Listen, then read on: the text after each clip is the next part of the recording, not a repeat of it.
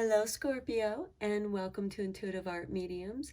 Thank you for joining me for your Aquarius season Astro-Tarot reading. These messages are meant for Scorpio, Sun, Moon, Venus, and or Rising, so please only go with the messages that resonate with you. For more messages, I recommend that you check out the other astrological signs that correspond to your natal Sun, Moon, Venus, and or Rising. So let's get to your reading, Scorpio. We begin Aquarius season on Friday, January 20th, when the Sun enters Aquarius at 3:30 a.m. Eastern Standard Time. And we conclude Aquarius season on Friday, February 18th, when the Sun enters Pisces at 5:34 p.m. Eastern Standard Time. So please adjust to your time zone on the planet. So for your first card, we're going to draw a card from the Mystic Martian Oracle.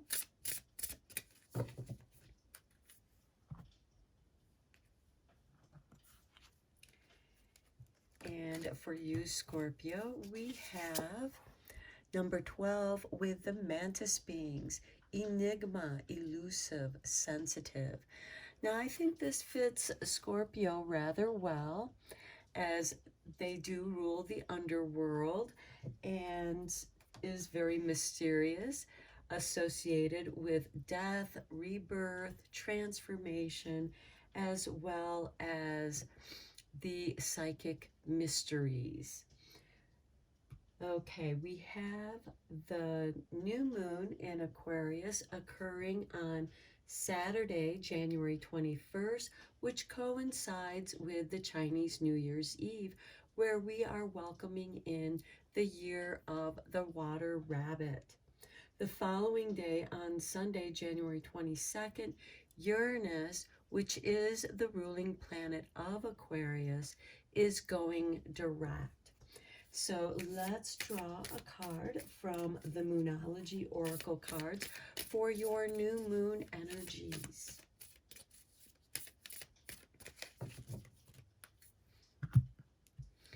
And for you, Scorpio, we have the supermoon. Emotions are running high. Now, this can mean that you are extremely sensitive during this time. Now, new moons are a great time for setting new intentions, beginning projects. Okay, then on Thursday, February 2nd, we have Groundhog Day, or Imbolc, which marks the midpoint between winter solstice and the spring equinox. So you're going to notice that the days are getting a little bit longer. We're still not at that halfway point, but you're noticing maybe some of the early bloomers starting to pop their heads up, you know, like crocuses and some early tulips. And then on Sunday, February 5th, we have the Leo full moon occurring at 1:29 p.m. Eastern Standard Time. So again, please adjust to your time zone on the planet. And full moons are a great time for manifestation, illumination, and completion. So we're going to check in with the Moonology Manifestation Oracle deck to see what is manifesting for you, Scorpio. And we have the last quarter moon in Sagittarius with practice gratitude. Okay, because your emotions are running high here in the new moon energy with this super moon, it might be good to practice some gratitude. What are your feelings? What are your sensitivities bringing to your attention? And be grateful for this, because you never know when these emotions, this sensitivity, can be beneficial for you, even if it's uncomfortable for you during the time that you're experiencing this. Now, let's go into the tarot and go a little bit deeper into this reading for you, Scorpio.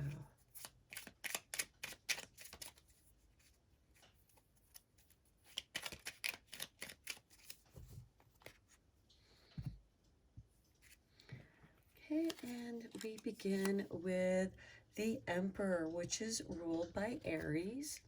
So that could definitely mean something is going to be coming together by the time that we reach Aries season, which is the spring equinox, is when we begin that. Next, we have the Hangman.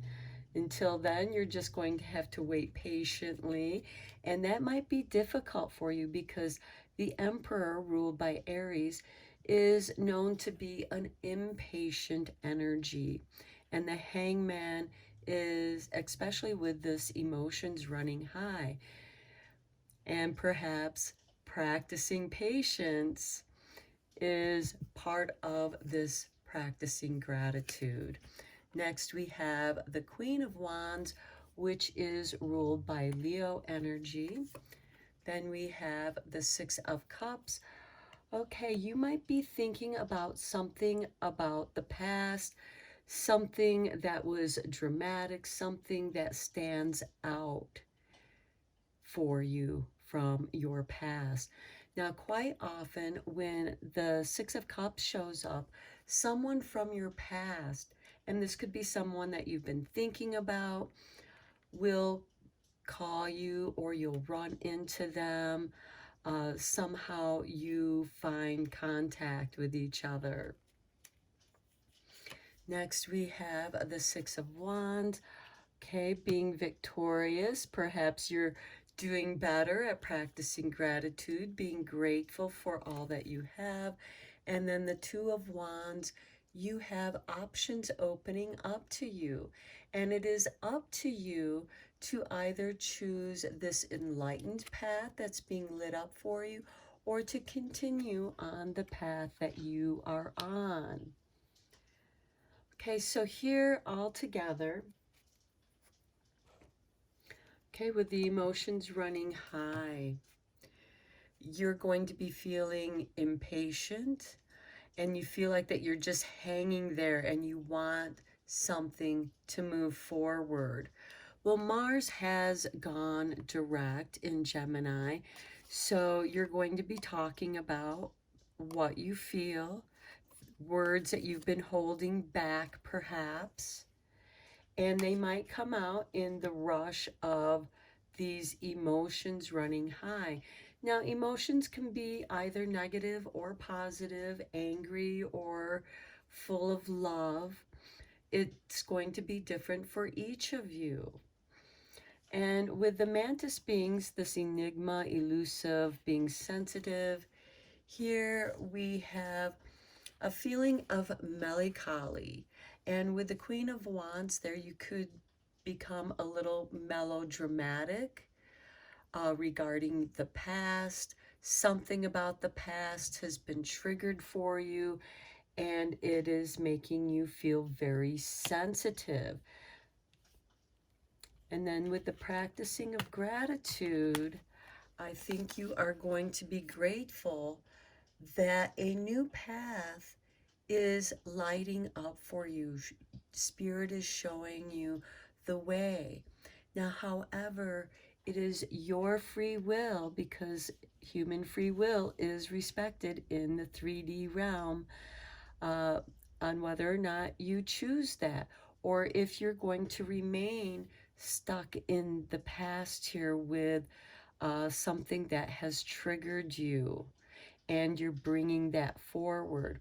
Now, with the Six of Wands, because this situation from the past has been brought to your attention, this could be something that you do work on, where you're practicing that gratitude so that you can clear that out of your emotional body, and then you're not taking that energy from the past into your future. You're able to move forward into the light.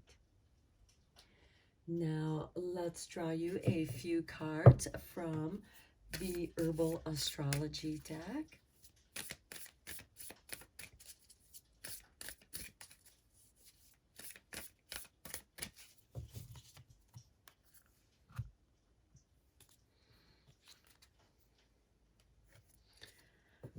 Okay, Scorpio, for you we have number 55 with Palo Santo, the Guardian. And here we have the South Node with Pluto. Now, Pluto is your ruling planet, and the South Node represents what you're letting go, what's leaving you, what is it that you need to work on to clear. And we have that expressed here in your tarot cards. There is something from your past that was rather melodramatic that has been brought to your attention. And here with Palo Santo, there is a guardian.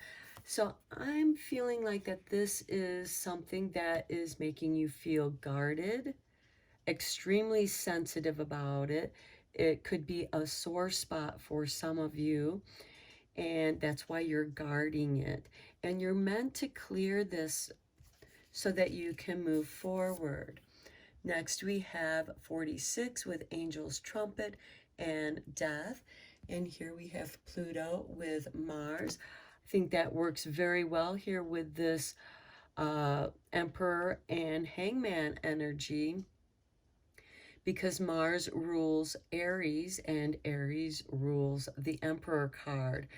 And here you are moving forward with something in clearing it out. It's the death, I think, is representing that you're able to let this go. There's a death to this situation. And for some of you, it could have been the death of somebody near and dear, whether it's a friend, love, or family member, or even a pet that had caused some discomfort for you, this melodramatic energy. And with death, there is rebirth, because here we have Pluto with Mars. After the death, you're meant to move forward out of this energy. And then next, I'll look at this rebirth, which is what follows death. There's death, transformation, rebirth, and you are being given this opportunity of rebirth. And here we have Pluto with Jupiter and Neptune.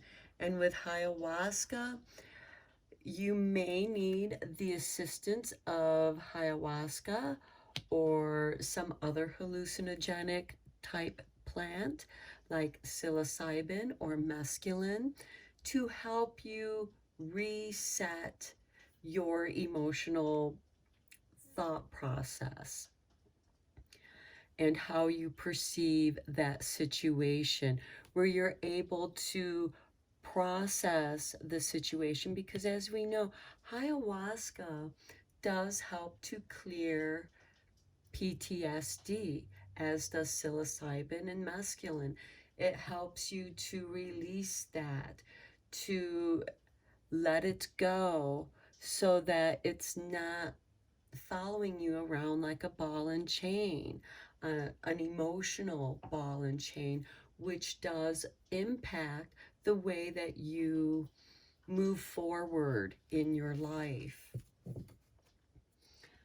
Okay, let's conclude your reading with some starlight enchanting messages from the cosmos.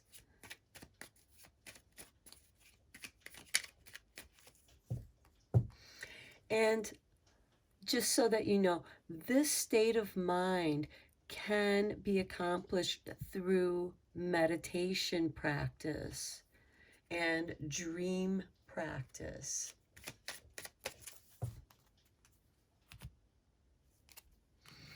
As well as in therapy, because we do have this guardian.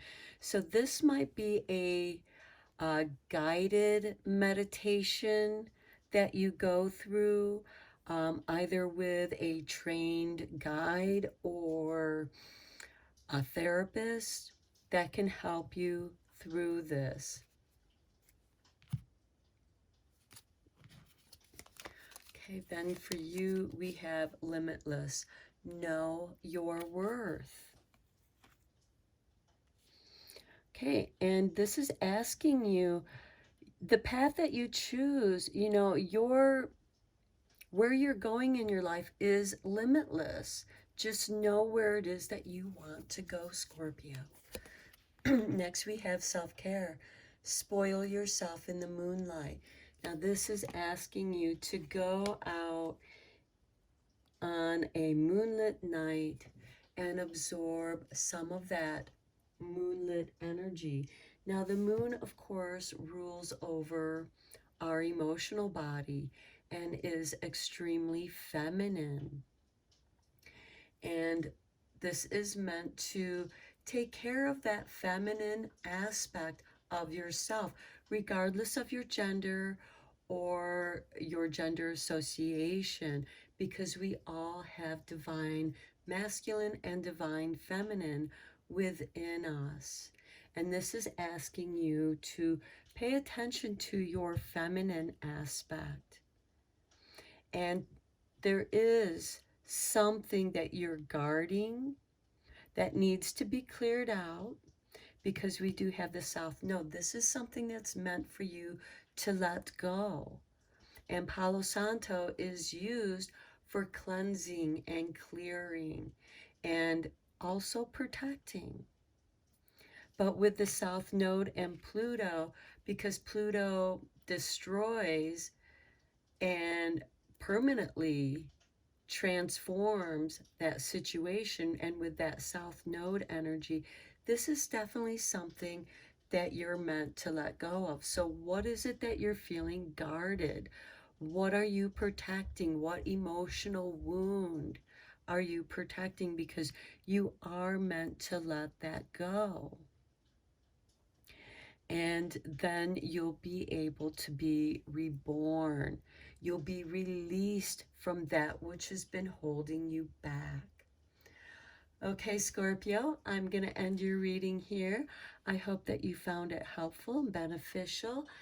And thank you so much for liking and subscribing to my channel. I appreciate each and every one of you for helping my channel to grow. And until next time, take care.